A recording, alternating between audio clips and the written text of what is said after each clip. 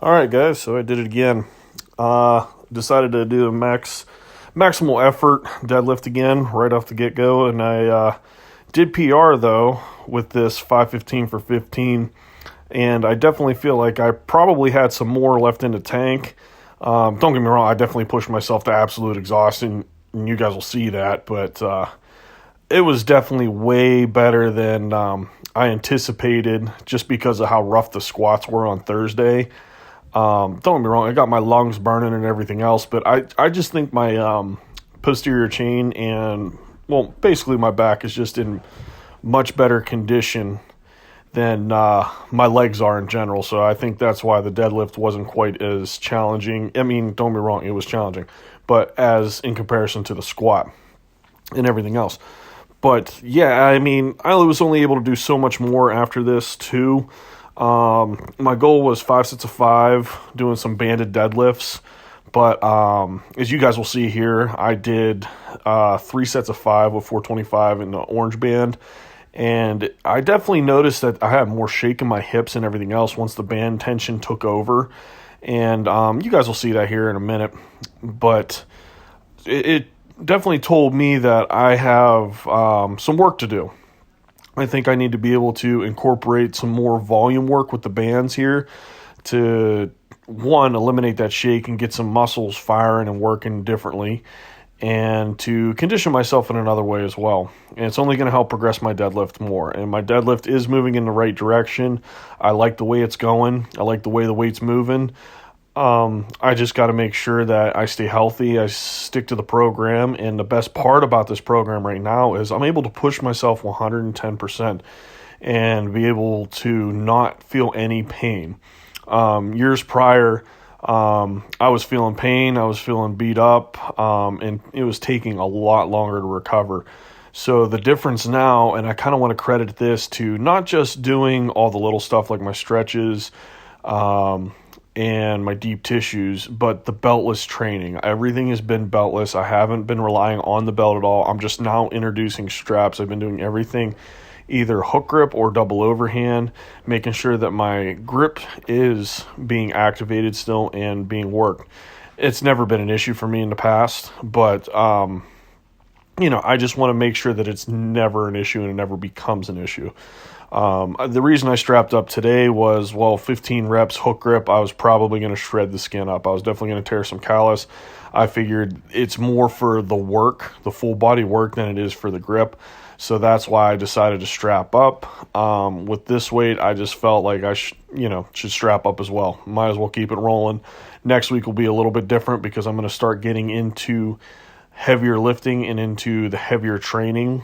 Not sure what the approach is yet, but I think what I'm going to do is look into an 864 wave or kind of a 421 and venture out there a little bit. So like if we're going to talk about the deadlift, I'm looking to possibly with probably 550-ish, we'll say, to 600-ish to 625 maybe. I don't know, somewhere around there. I'd like to stick with the 50-pound increments, but it's going to go on how I feel and everything too. So ideally, I always like to try to hit 3 waves. If I only hit 2, I only hit 2. That's what I like about it. Usually I have percentage bases for the program, but I like this freestyle I'm doing. I know some people have asked, when I'm looking to compete. Well, I don't think I'm going to be competing till, we'll say, June at the soonest. What I'm thinking is we're probably looking at fall of winter, so we'll say the end or fall of 2022 here, and we're looking into the winter of 2023. And I'm in no rush. This is a journey. As you guys see, I'm real methodical. I'm real strategic with my training. It's not about getting out there and trying to set world records or trying to, I guess, shake the world, get the name out there, whatever, whatnot. I've been doing a lot of this for me. A lot of it has changed, and with the mentality to why I lift and why I train, and it's all for the better. I mean, I've been pushing myself because I want to push myself.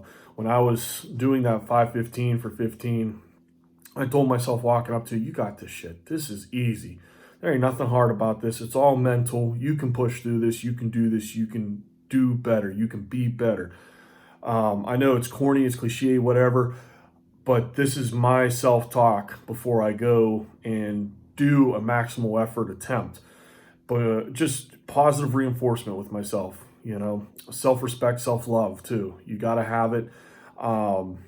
Man, it's really been showing in my training. Everything's just been going up and up and up. Besides battling the pec injury, I mean, my squats, my deadlifts, everything else, I just couldn't ask for anything better. I like the progress. I'm going to stick with the beltless training. I'm going to keep doing everything as raw as possible and just improving all in all in different ways. So, for example, the 15 was an improvement today. I improved.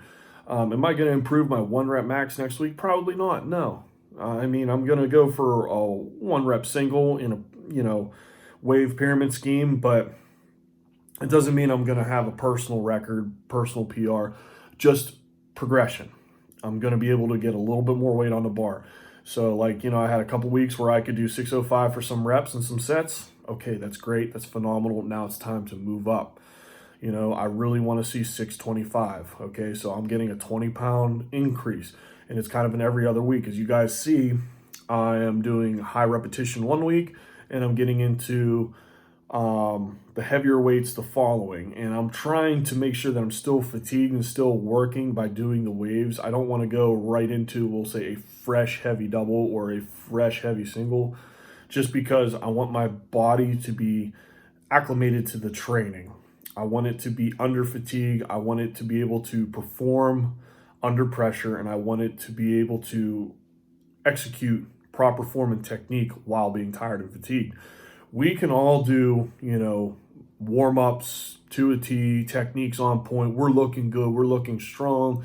But then form can drastically break down and change at maximal effort sets and reps. My goal is to train under fatigue and to know what it's like to keep my technique proper and almost 100% under the stress and that fatigue. So that's why I train that way.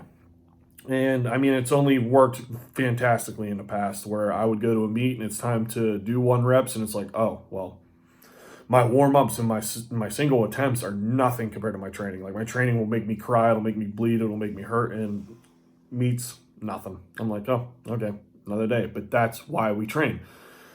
Training should be harder. Practice should always be harder than the competition, So that's why I do what I do. Either way, I hope you like it, you guys. I know I'm happy with myself. I'm proud of myself to be able to push. I want you guys to be able to feel the same way too. If there's anything that you guys want to see, anything you want to hear about, please feel free to reach out as you guys have and everything else. And I will try to get something out there and keep you guys interested in everything else. I want to post stuff that you guys want to see, you want to hear, you want to listen to, and everything else. But with that being said, if you don't already, please follow me at Instagram, at Paul Yeoman. Please follow the gym at _basement gym. And please subscribe to the hoisting channel here. I got more coming your way, you guys. I appreciate you all watching. I appreciate the support. Thanks again. And thanks again for watching, you guys.